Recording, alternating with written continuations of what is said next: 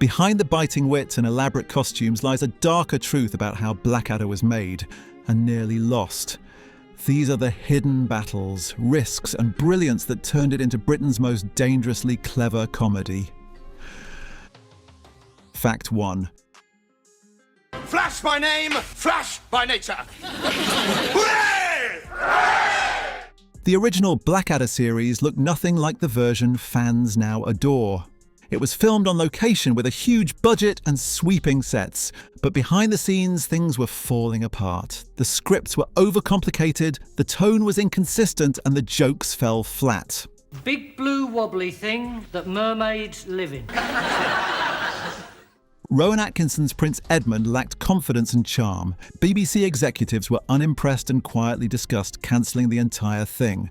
Production went massively over budget, costing nearly £1 million, outrageous for a sitcom. Critics called it bloated and self-indulgent. Even the cast felt the show didn't quite work. Only the network's faith in Atkinson saved it. A second series was commissioned, but only under strict conditions. Writers Richard Curtis and Ben Elton completely overhauled the format. They moved the setting to a studio, slashed the budget, and made the comedy sharper. Blackadder was reimagined as clever, cynical, and self-serving. Baldrick became the perfect contrast, loyal, dim-witted, and oddly charming. The shift saved the show and transformed its legacy. Series 2 became an instant classic. It proved that failure wasn't the end, it was the start. If the first version had succeeded, the smarter, darker Blackadder might never have been born. It was the rare case where disaster bred genius. And that genius wore a ruffled collar and a sneer. Fetch my dear aunt a raw turnip, will you? But we've heard that sod indoors over again. Fact 2. Don't forget your stick, Lieutenant. Rather, sir. Wouldn't want to face a machine gun without this. Goodbye, the last episode of Blackadder Goes Forth, is often called the most powerful sitcom finale in history. It ended not with a joke, but with silence, poppies, and a slow fade to black. But that haunting moment was nearly scrapped. BBC bosses worried it was too grim for comedy. Writers Richard Curtis and Ben Elton insisted it was essential. They wanted to honour the soldiers of World War I with sincerity. The final scene, where the characters go over the top, was filmed in just one take. The laughter stopped cold on set. Crew members reportedly cried during the final shot. Rowan Atkinson, normally unshakable, became emotional and withdrawn. Tony Robinson said the silence in the studio was heavier than any applause. No laugh track was added, an intentional choice. The fade to poppy fields was added last minute. It turned a sitcom into a memorial. Teachers have since used the episode to teach students about the war. It's been shown in classrooms and even war remembrance events. The BBC received thousands of letters praising the decision. Some called it the best anti-war message they'd ever seen. Curtis said he still cries when watching it. Blackadder died, but the message lived on. It was comedy with a conscience, and no British sitcom had ever dared so much. Bury me in a Y-shaped coffin, Harrington. Fact 3. Wee Jock Poopong McPlop. It's hard to imagine anyone but Rowan Atkinson as Edmund Blackadder, but early in development he nearly walked away from the role. Atkinson was unsure about returning to a leading role after Not the 9 o'clock news. He feared being typecast as just a silly face puller. When the first series flopped critically, his doubts deepened. He considered focusing entirely on writing or going back to university. BBC producers even began scouting backup leads. Names like Hugh Laurie and Rick Mayall were floated, but co-writer Richard Curtis begged Atkinson to stay. I did. They rewrote Blackadder together, giving him a dry, intelligent edge. Atkinson agreed, but only if the writing was sharper and tighter. He helped shape the tone and even altered lines on set. His performance in Series 2 was icy, ironic, and razor-sharp. It redefined his career forever. Without Atkinson's cold delivery, the sarcasm wouldn't have landed. He became both lead actor and unofficial editor. Every raised eyebrow and biting insult was deliberate. Atkinson later admitted he was one phone call away from leaving. The role became a cultural icon, but we nearly lost it to hesitation, and British comedy came dangerously close to a very different Blackadder. It's down so hard, it makes makes your head bleed. So some sort of hat is probably in order. Fact 4. Told me when I painted them being shoved up the Kaiser's backside. Blackadder may look effortless on screen, but each episode was a brutal writing process. Richard Curtis and Ben Elton would rewrite scripts up to the night before filming. Entire scenes were scrapped if one joke didn't land in rehearsal. The two often argued fiercely over punchlines. Elton preferred wild, anarchic humour. Curtis leaned towards structured wit and subtle satire. They met somewhere in the middle and fought over every syllable. Actors often received new pages minutes before recording. Tony Robinson once learned an entire monologue during lunch. Which was? Get stuffed. Rowan Atkinson insisted on testing every line aloud. If it didn't get a laugh, it was gone. No joke survived without earning its place. Even minor background dialogue was rewritten for rhythm. Each insult was engineered with mathematical precision. No line was too small to revise. The writers lost sleep over comma placement. It was comedy through blood, sweat, and obsessive red ink. At times, the tension boiled over on set. But the result was a sitcom unlike anything before it. Fast, brilliant, and endlessly quotable. The darkness came from effort, and the genius from perfectionism. Whereas Nessie is a sad, insane old woman with another fixation. Fact 5. Are you looking forward to the big push? No, sir, I'm absolutely terrified. Despite the comedy, Blackadder was shockingly well researched. Writers built entire jokes around obscure facts. They scoured history books for real events to parody. Baldrick's turnip obsession, based on peasant diets, Queenie's childish cruelty, inspired by Elizabeth I's letters. Even Prince George's idiocy had roots in royal scandal. Producers hired academic consultants to vet historical timelines. For me, socks are like sex. Tons of it about, and I never seem to get any. Wardrobe teams recreated period fashion with museum-level accuracy. Set designers used 16th century architecture as visual references. They wanted history to be accurate, so the jokes could be outrageous. The clash made it funnier. Viewers learned without even realizing. A-level teachers began showing episodes in class.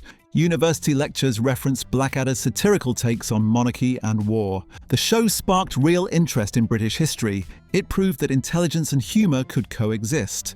And it never pandered to the audience. If a joke went over your head, tough. It demanded your attention and respect. And it gave us one of the smartest comedies ever broadcast, all while sneaking in a history lesson between the insults. Then I add 2 more beans. What does that make? A very small casserole. Fact 6. Well, I think we'll be very lucky if she doesn't just come out onto the balcony and vomit over us. Despite its massive UK success, Blackadder never made it big in the US. Multiple American networks passed on broadcasting it. Executives felt the dialogue was too fast, too dry, and too British. They worried American audiences wouldn't get the historical references. PBS aired a few episodes, but viewership was limited. NBC once considered remaking the series with American actors. Rowan Atkinson immediately shut it down. He believed the humour would be lost in translation. American producers suggested softening Blackadder's sarcasm. They even wanted to remove Baldrick's turnip jokes. Curtis and Elton refused to compromise. They would rather be brilliant for a few than diluted for many. Later, Blackadder gained a cult following among US academics and British expats. It became required viewing in some university literature courses, but it never reached mainstream America like Fawlty Towers or Monty Python. The rejection hurt, but also preserved the show's purity. No laugh tracks, no rewrites, no compromises, just sharp, unfiltered satire. Today, it's a British treasure, untouched by American meddling. And in a way, that rejection was the smartest outcome of all. I think you must be the snuggly, wuggliest lumpkin in the whole of Toyland. Fact 7. Thank God, we lived through it. The Great War, 1914 to 1970. Tim McInerney brought Captain Darling to life with passive-aggressive brilliance, but he almost didn't return for Blackadder Goes Forth. He had played Lord Percy in the first 2 series. By Series 3, he wanted out. McInerney feared typecasting, especially as the idiot sidekick. He declined a regular role in the 3rd series for that reason. The writers respected his decision, though disappointed. But they didn't give up. For Series 4, they offered him something different. Captain Darling, a serious, buttoned-up rival to Blackadder. McInerney loved the idea, a chance to play it straight. Darling became an immediate fan favourite. His tension with Blackadder added new comedic depth. The name Darling became its own joke. McInerney said it was the role that saved his career. He finally escaped the Percy trap. Still, he insisted on limited appearances in later spin-offs. He didn't want to be forever known as just one character, yet ironically both roles made him iconic. He walked away and came back smarter, and Darling ended up more memorable than anyone expected. Last person I called Darling was pregnant 20 seconds later. Fact 8. If you just like to pop your clothes on the stool.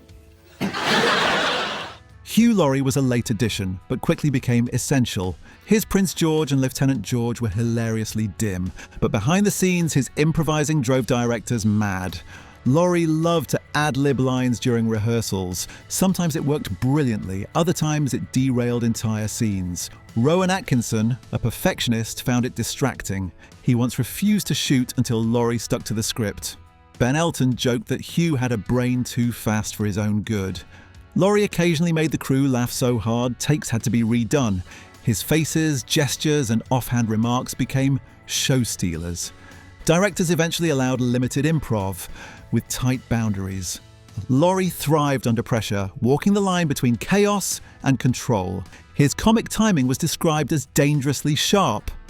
Writers began writing specifically for his voice. Still, Atkinson remained wary of too much freedom.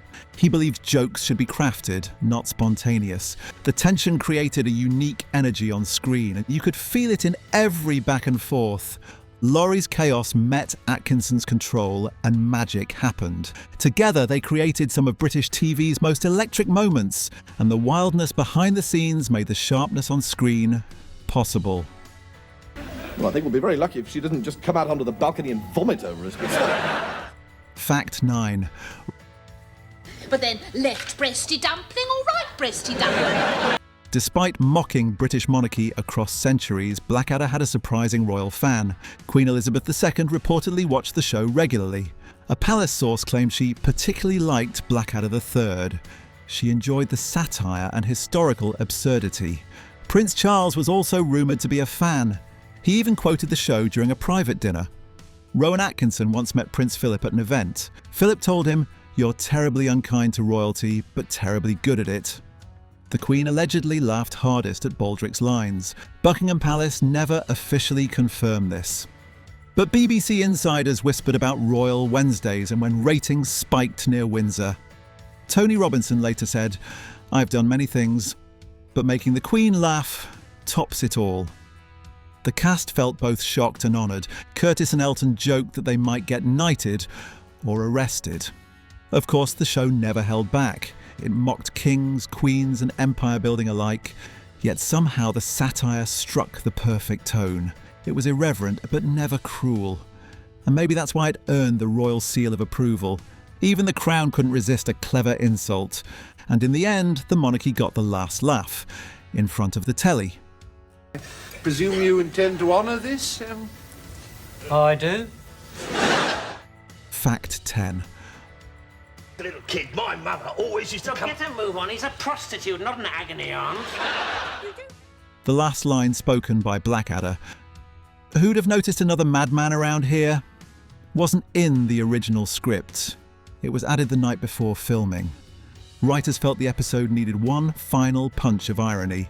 The line was scribbled in by Richard Curtis on a coffee-stained page.